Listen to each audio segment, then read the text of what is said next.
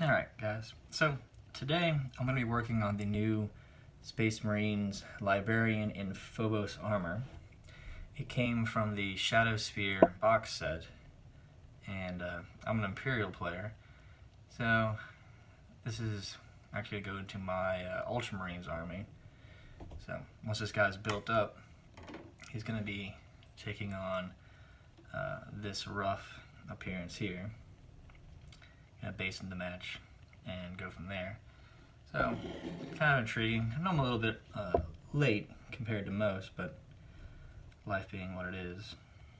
So, we're going to go ahead and get started. It looks fairly easy. There's monopose models, but there's some good detail in there across the whole model itself. So I figure we can go ahead and get started with this. The model itself is pretty neat. The instructions itself pretty straightforward. I think there's like 6 steps in the book that comes with it, so it's not too difficult. What I'm going to do, since it's just a single character model, I'm going to just cut out all the pieces. That way I can just start going with the build.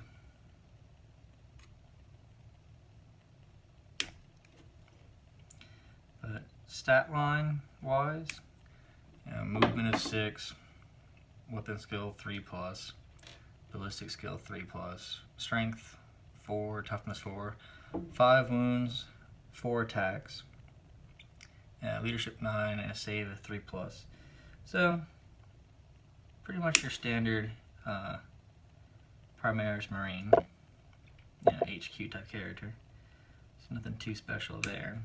Now it's got that Phobos armor, which is unique to this box set, and I'm sure future sets coming out will have that. But it actually works in conjunction with a lot of the psychic disciplines that this guy can do. So it's almost like Games Workshop is telling us how to build a list now, which is kind of unfortunate. If you want to take this psyker, you pretty much have to run more Phobos Marines. So, if you want those psychic powers to mean anything, which is kind of rough. But we'll get into that a little bit more later. We'll take the actual powers.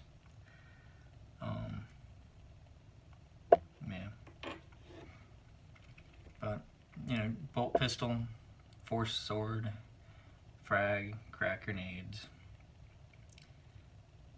So pretty much standard there. And bolt pistol, 12-inch range, pistol 1, which is cool because you can use it in close combat. But hopefully we never really have to get there with this guy. He should be back supporting.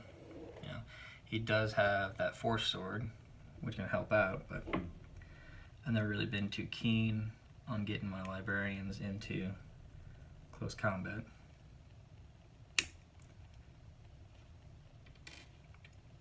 Now I'm actually not going to use the scenic base that comes with this guy. Like I said, I'm going to be matching the basing for the rest of my army. So that might need to do a little bit of cleanup.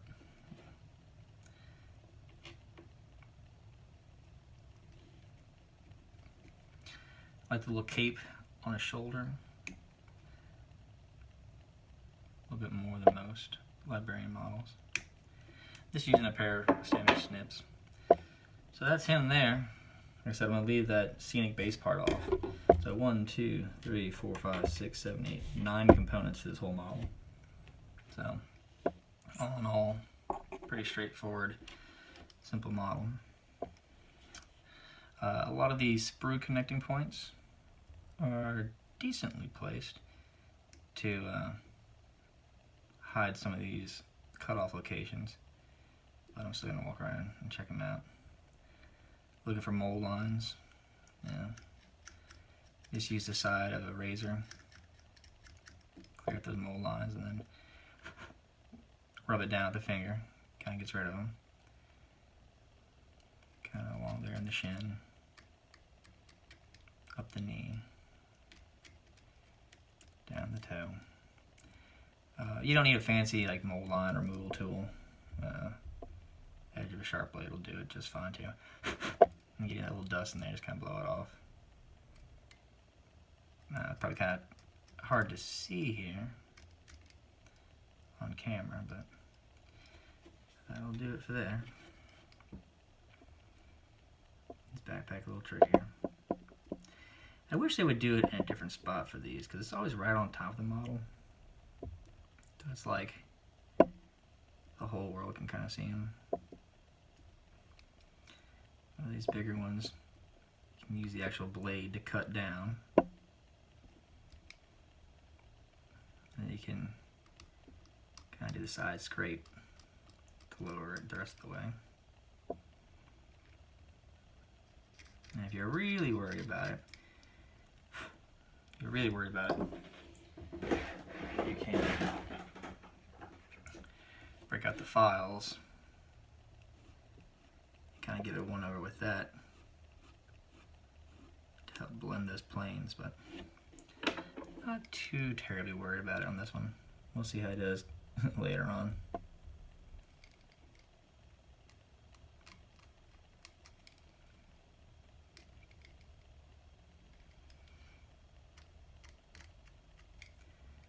Yeah, there's some people I know, we had a whole like 10-man squad built in a night, and I'm like, that's very impressive.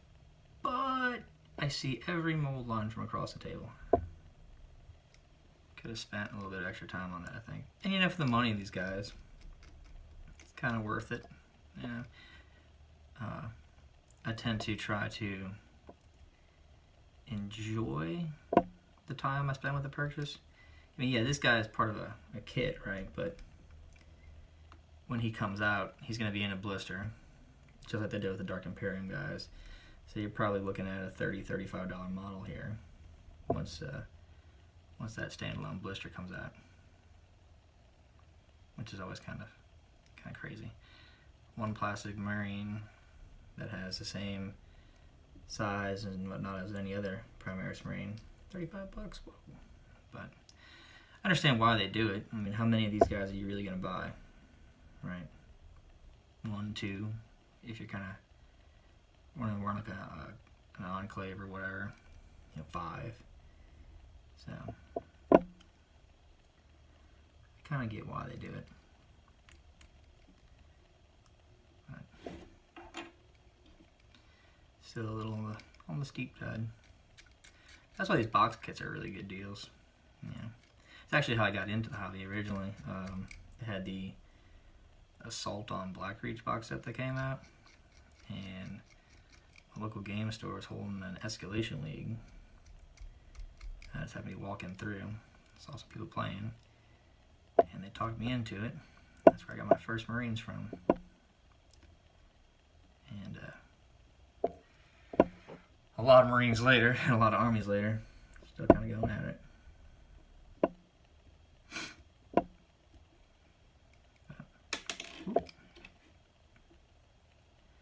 It's usually a good time.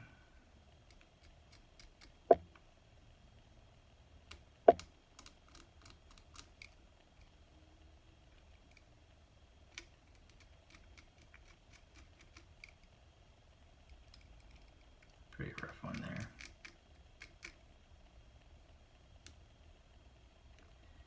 Please it doesn't go down his face. That's kind of funny there too. Not sure if you can see it. Kind of little demonic thing there. Not too sure. I'm gonna keep that around. I don't know. In the book here.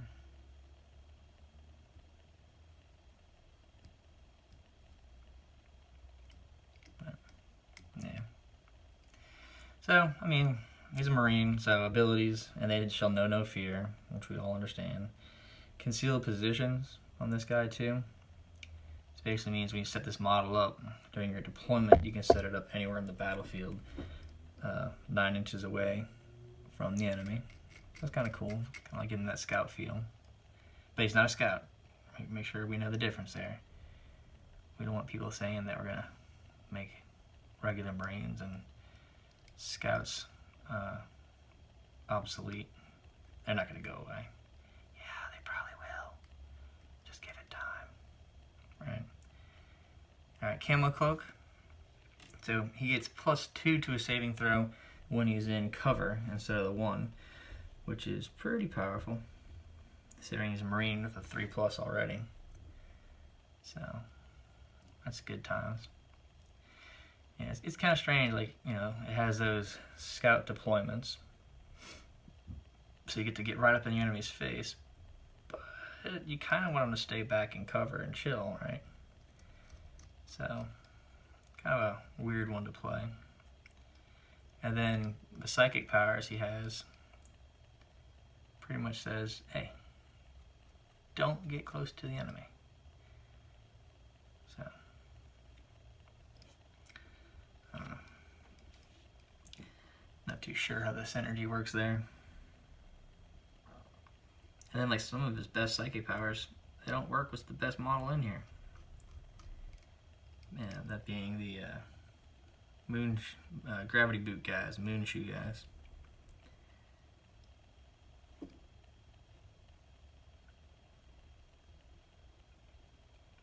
And then like I'm a huge fan of the Primaris.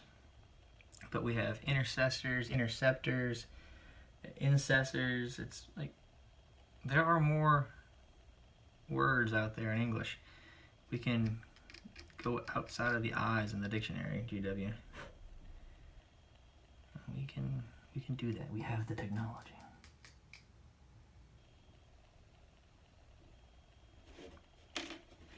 So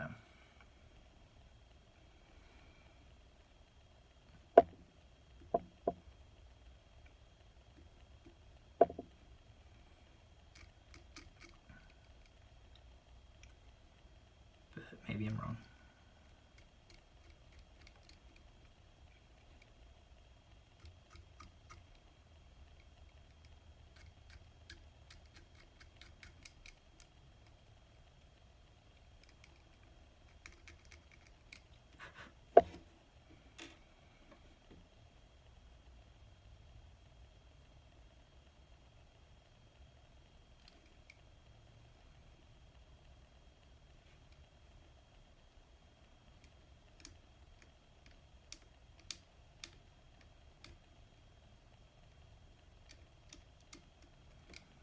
See, I tried to do the video as a live feed, but YouTube changed their agreement statement on that, so I couldn't do that tonight. Which makes it kind of rough, but it's alright. It's a process of going through and making them. Alright, so that's all the components. So, sometimes with these, you gotta kind of watch how they want you to put them together, just to make sure we're not going too crazy.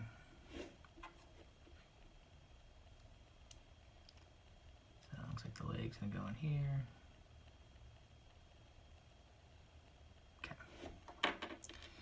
So, trusty glue.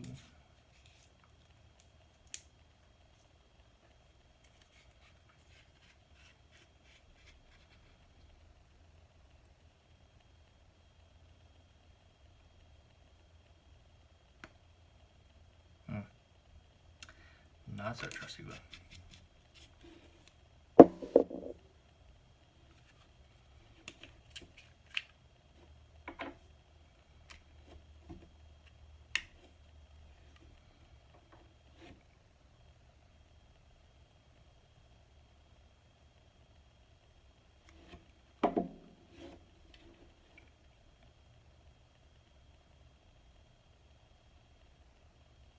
Yeah, I prefer the super glue over the plastic glue.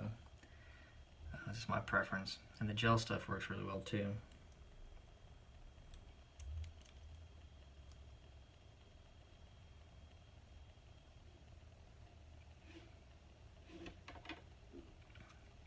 That's another thing I like to do too. There's a little bit of a dry fit, just to make sure things are going in a a decent spot. This one's kind of nice. It has some pegs there, which kind of help you identify some places for glue to go.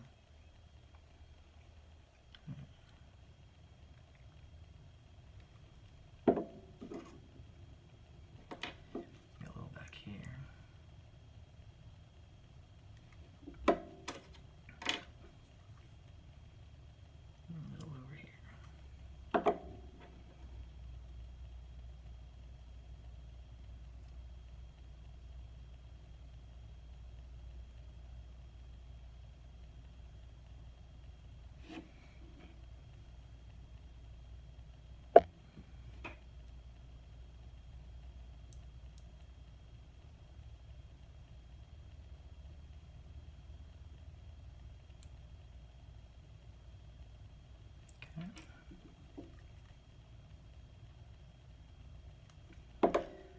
Take a little bit of that glue from there to those hoses.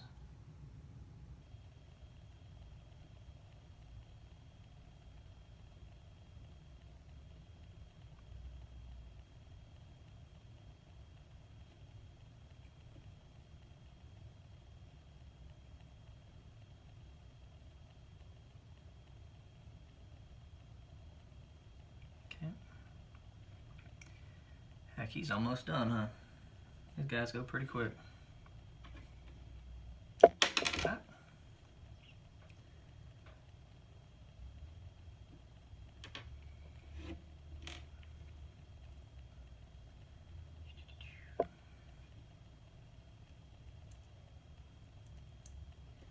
This guy, I think I'm gonna put the glue on the head.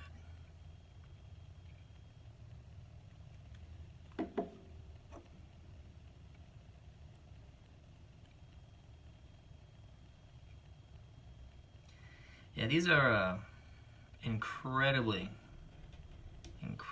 monopose models. Like I'm looking at it while I'm doing this, trying to think if there's a way I can kind of customize it to make it change, but not really. Like, don't get me wrong, I love these new sculpts, they're gorgeous. You can tell there's definitely a lot of thought put into all of them. But, I mean, I have a fairly large collection, and if I have a whole bunch of monopose models, which they kind of all getting to be that way, even like the tactical boxes or the Primaris boxes, they're all kind of getting to be this monopose look. Especially even compared to the older marine models. So that kind of concerns me. I mean, I want them to look different. I want them to be unique, but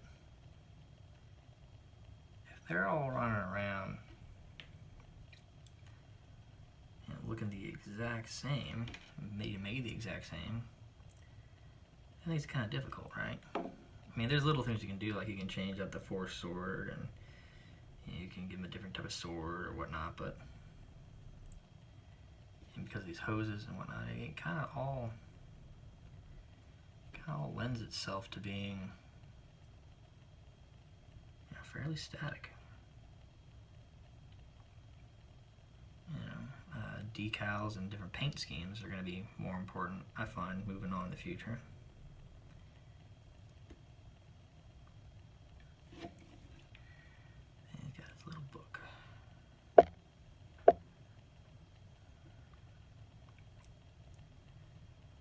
just kind of goes in like that, yeah.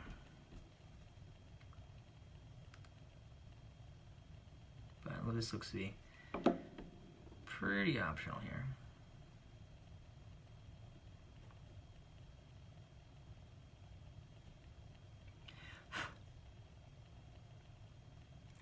Yeah, there he is.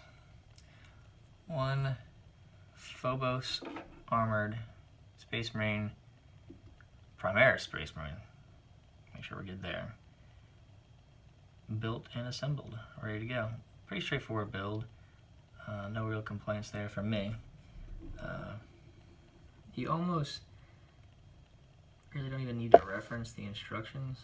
You just kind of look at the model, and if you're experienced enough to know what's going on with that. But yeah, there's that. A little bit of gapping on the cape because of where it's at, but that's not too big of a deal. It's all in all pretty good. Yeah, Psychic Hood denies the witch test, or maybe with a +1. You know, standard type of stuff. We talked about the concealed positions. He gets 2 psychic powers in each of your psychic phases and can deny 1 enemy power in the psychic phase. It knows Smite and 2 other psychic powers from the Obscuration discipline. Obscuration discipline, you have Shrouding. Shrouding is a warp charge of 6. If you get the power off, any Adaptus Astartes Phobos unit within 18 inches of the Psyker until the start of the next psychic phase, the enemy can only shoot at it if it is the closest model. So it kind of gives them a character rule, but again, only for Phobos models. That's kind of neat because you can almost choose, you know, what your enemy has to shoot at, but it seems incredibly situational, and for the most part, I don't know how often that's going to be used. Scryer's Gaze, warp charge of 6. If you get it off, again, Phobos units within 18 of the Psyker, you can target. Until the end of the next phase, you can re-roll hit rolls for attacks made with that unit's ranged weapons, and enemy models can't get cover from that, which is awesome. That sounds great, right? So that's your big synergy with your sniper units here. You know, the sniper units get some love in there, so that's good. Temporal Corridor, again, psychic value of 6. If you get it off, units within 3 inches of the Psyker, that unit can immediately move as if it was the movement phase. It cannot fall back as part of this move, but must advance, which is kind of hard, because if you're advancing, then you're losing your ability to shoot. When rolling to see how far the unit advances, roll 3d6 and discard the 2 lowest results. You cannot use Temporal Corridor on a unit more than once per psychic phase.